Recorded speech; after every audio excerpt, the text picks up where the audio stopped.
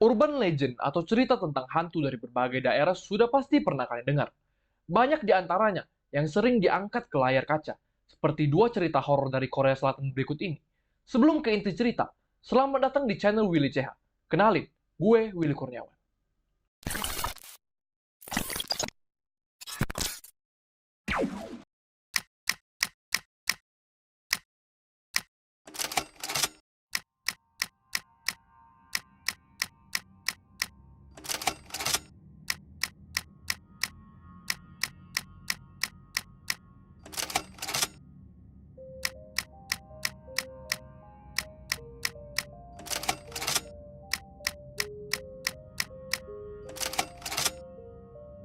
Siapa yang ingat dengan drama Korea berjudul Hotel Del Luna?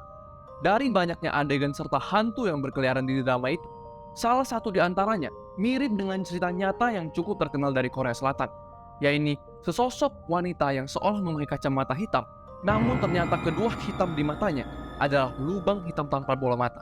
Kisah ini merupakan urban legend yang pertama kali muncul di jalan tol Seoul Paju di provinsi Gyeonggi, yaitu Jayuro. Jayuro sendiri memang terkenal dengan jalan yang tidak terlalu terang dan berkabut tebal. Selain itu, Jayuro juga melewati Sungai Han dan Taman Danau Ilsan, yang merupakan salah satu landmark di Korea Selatan. Hantu Jayuro sendiri sering ditemui dalam sosok wanita yang tengah berdiri di tengah jalan, seperti meminta tumpangan atau ikut menumpang di kursi belakang ketika sedang berkendara seorang diri saat tengah malam di Jayuro. Di dalam drama, diceritakan bahwa sosok ini merupakan korban tabrak lari dari pengendara motor yang tidak bertanggung jawab, sehingga ia tidak terselamatkan dan bergentayangan di jalan. Namun, berdasarkan cerita setempat, diketahui bahwa hantu Jayuro merupakan roh dari seorang wanita korban pembunuhan dengan usia sekitar 20-an tahun yang dibunuh dengan cara dicekik di sekitar lokasi, yaitu Jalan Jayuro. Kisah ini semakin terkenal karena pernah dialami oleh sejumlah artis Korea, yaitu Park Shin-ye, Park Hee-jin, dan Tak Jae-hyun di sebuah acara TV. Salah satu cerita yang cukup terkenal adalah pertemuan seorang supir taksi dengan sosok hantu Jayuro.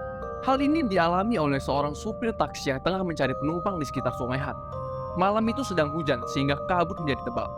Kemudian ia melihat seorang wanita di Jayuro yang seperti meminta tumpangan. Supir taksi ini pun menghentikan kendaraannya dan bersiap untuk mengantarkan penumpangnya. Lalu ia juga mengatur GPS sesuai yang telah diarahkan oleh penumpang wanita itu. Singkat cerita, setelah beberapa waktu perjalanan, sang supir taksi berniat untuk bertanya lebih detail mengenai arah tujuan karena berdasarkan arah dari GPS, mereka seharusnya sudah tiba di tujuan. Tapi siapa sangka, saat menengok ke belakang, ia menemukan kursi penumpang yang kosong seperti tidak ada yang pernah menempatinya. Ia pun langsung menghentikan taksi dengan mendadak. Di tengah rasa kagetnya, ia meneliti sekitar tempat tujuan dari penumpangnya itu. Supir taksi kembali terkejut saat mendapati dirinya berada di depan pemakaman umum. Yah, ternyata penumpangnya sudah sampai di rumah. Cerita lain berasal dari seorang pria yang tengah berkendara seorang diri melintasi jembatan di sekitar Jayuro. Pria ini tengah menyetir kendaraannya pada pukul 3 dini hari. Namun, di tengah perjalanannya, ia menemukan ada seorang wanita yang mengenakan syal dan kacamata hitam. Karena rasa penasaran dan khawatir akan keselamatan wanita itu, ia pun turun dan menghampiri wanita itu untuk bertanya.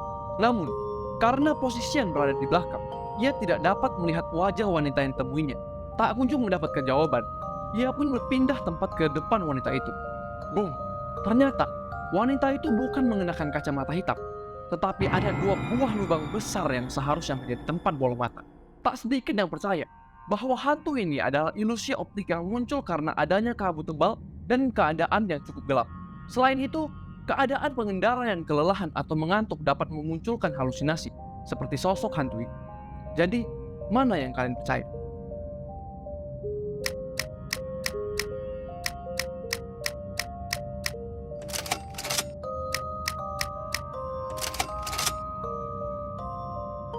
Kisah kali ini berasal dari sebuah stasiun di Korea Selatan, yaitu stasiun Oksu.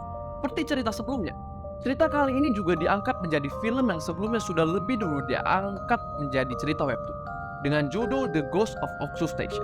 Film berjudul The Ghost Station ini sendiri telah tayang pada bulan April lalu. Diceritakan bahwa ada seorang pemuda yang baru selesai berkegiatan dan berniat pulang. Namun, Karena malam yang sudah larut, stasiun kereta api tentu sudah sangat sepi, sehingga tidak terlihat adanya orang lain selain dirinya dan seorang wanita yang terlihat sempoyong. Ia pun mengasumsikan bahwa perempuan itu tengah mabuk.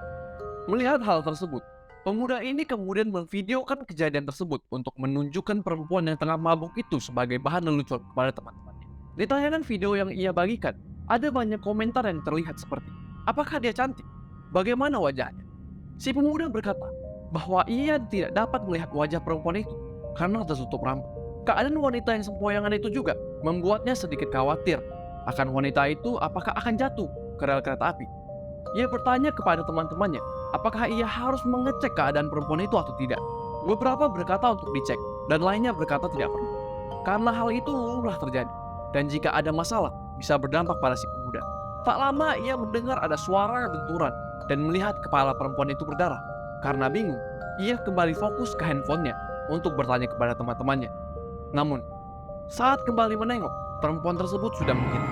Merasa khawatir dengan keadaan perempuan tersebut, ia meninggalkan telepon genggam miliknya di kursi yang sebelumnya ia tempati untuk melihat ke arah rel setelah lebih dulu menghubungi teman-temannya.